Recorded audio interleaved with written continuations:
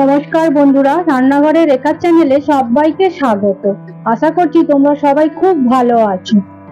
বন্ধুরা, ডিম দিয়ে আমরা বিভিন্ন ধরনের রেসিপি খেয়ে থাকি, আর ডিম দিয়ে তৈরি একটা দুর্দান্ত স্বাদের চাইনিজ রেসিপি করা যায়। আজকে সেই রেসিপিটাই তোমাদের সাথে শেয়ার করছি। স্কিপ না করে পুরো ভিডিওটা দেখতে থাকো। চলো আর বেশি দেরি না করে রেসিপিটা শুরু করা যাক। এই রেসিপির জন্য লাগছে ডিম। তো আমি এখানে 4টে ডিম নিয়েছি, আর তোমরা চাইলে আরো বেশি ডিমও এখানে ব্যবহার করতে পারো।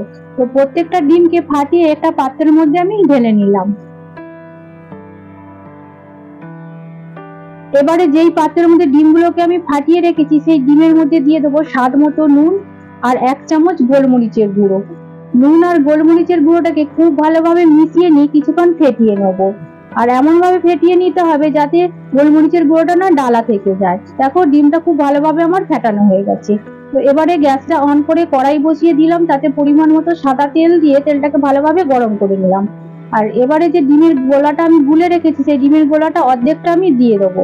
দিয়ে ভালোভাবে সাঁড়াশি দিয়ে কড়াইয়ের চারদিকে আমি এটাকে চাড়িয়ে দেবো যাতে সমানভাবে চাড়ানো থাকে। তো তারপর খুন্তির সাহায্যে সাইড গুলোকে এইভাবে ছাড়িয়ে নিয়ে যেরকম ডিমগুলোকে ঝুড়ো ঝুড়ো করে ভাজে সেই রকম ভাবে আমি ভেজে নেবো। দেখো, ঠিক এইরকম করে ডিমগুলোকে আমি ভেজে নেবো। এই রেসিপিটা খুব কম সময়ের মধ্যে যে কেউ খুব অনায়াসেই বানিয়ে ফেলতে পারবে, আর বাড়িতে থাকা উপকরণ দিয়েই এই রেসিপিটা বানানো যায়। তো তোমরা যদি একবার বাড়িতে এইভাবে এই রেসিপিটা বানাও, দেখবে বারবার বানাতে ইচ্ছা করবে। তো দেখো, ডিমগুলোকে ঠিক এইভাবে আমি কেটে কেটে দিয়ে ঝুড়ো ঝুড়ো মতো করে ভেজে নিলাম। তো খুব ঝুড়ো ঝুড়ো করে নয়, একটু বড় সাইজ থাকবে সেই রকম ভাবে ভেজে একটি পাত্রের মধ্যে তুলে নিলাম। তো একইভাবে সমস্ত ডিমের গোলাটাকে ভেজে আমি একই পাত্রের মধ্যে রেখে দিলাম। এবারে ওই একই কড়াইয়ের মধ্যে দিয়ে দেবো পরিমাণ মতো সাদা তেল। তো তেলটাকে ভালোভাবে গরম করে নিলাম। তো গরম করে নেওয়ার পর দিয়ে দেবো 2 চামচ রসুন কুচনো, আর দিয়ে দেবো 1 চামচ আদা কুচনো। তো এই সময় গ্যাসটাকে কমিয়ে রেখে আদা রসুনটাকে 1 মিনিটের মতো আমি ভেজে নিলাম। তো ভেজে নেওয়ার পর দিয়ে দেবো একটা মিডিয়াম সাইজের কুচনো পেঁয়াজ। তো পেঁয়াজটাকে একটু এখানে বড় সাইজ করে কেটে নিতে হবে। পেঁয়াজটা দেওয়ার পর দিয়ে দেবো কিছুটা ক্যাপসিকাম কুচনো। তো পেঁয়াজ আর ক্যাপসিকামটাকে নাড়াচাড়া করে গ্যাসটাকে কমিয়ে রেখে আমি ভাজতে থাকবো। তো ততক্ষণে ভাজা হতে থাক। তো এবারে একটা পাত্র নিয়ে নেবো, সেই পাত্রের মধ্যে দিয়ে দেবো 2 চামচ কর্নফ্লাওয়ার, আর দিয়ে দেবো পরিমাণ মতো জল। তো কর্নফ্লাওয়ারটাকে ভালোভাবে চামচ দিয়ে জলের মধ্যে গুলে নেবো। তো কর্নফ্লাওয়ারটা ভালোভাবে গোলা হয়ে গেলে এটাকে এক সাইডে আমি সরিয়ে রেখে দেবো।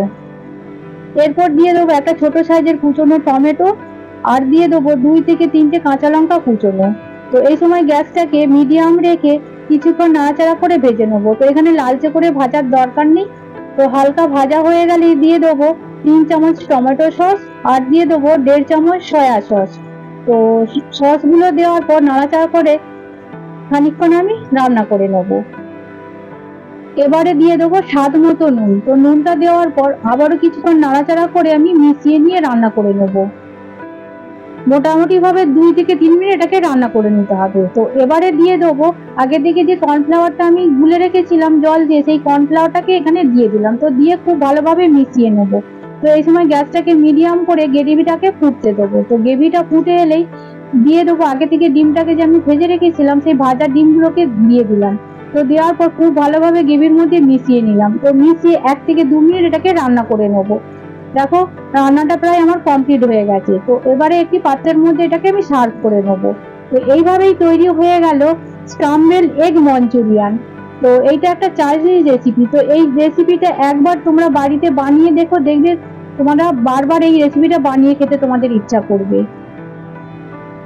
এই রেসিপিটা তোমাদের যদি ভালো লেগে থাকে প্লিজ তোমরা একটা লাইক করে দিও, শেয়ার করে দিও, আর কমেন্ট করে জানিও যে আমার রেসিপিটা তোমাদের কেমন লেগেছে। কমেন্ট করে জানালে কি হয়, নতুন নতুন ভিডিও করার আগ্রহ বাড়ে। যারা এখনো পর্যন্ত আমার চ্যানেলটিকে সাবস্ক্রাইব করোনি প্লিজ তারা আমার চ্যানেলটিকে সাবস্ক্রাইব করে দিও। আর ভালো থেকো, সুস্থ থেকো। ধন্যবাদ।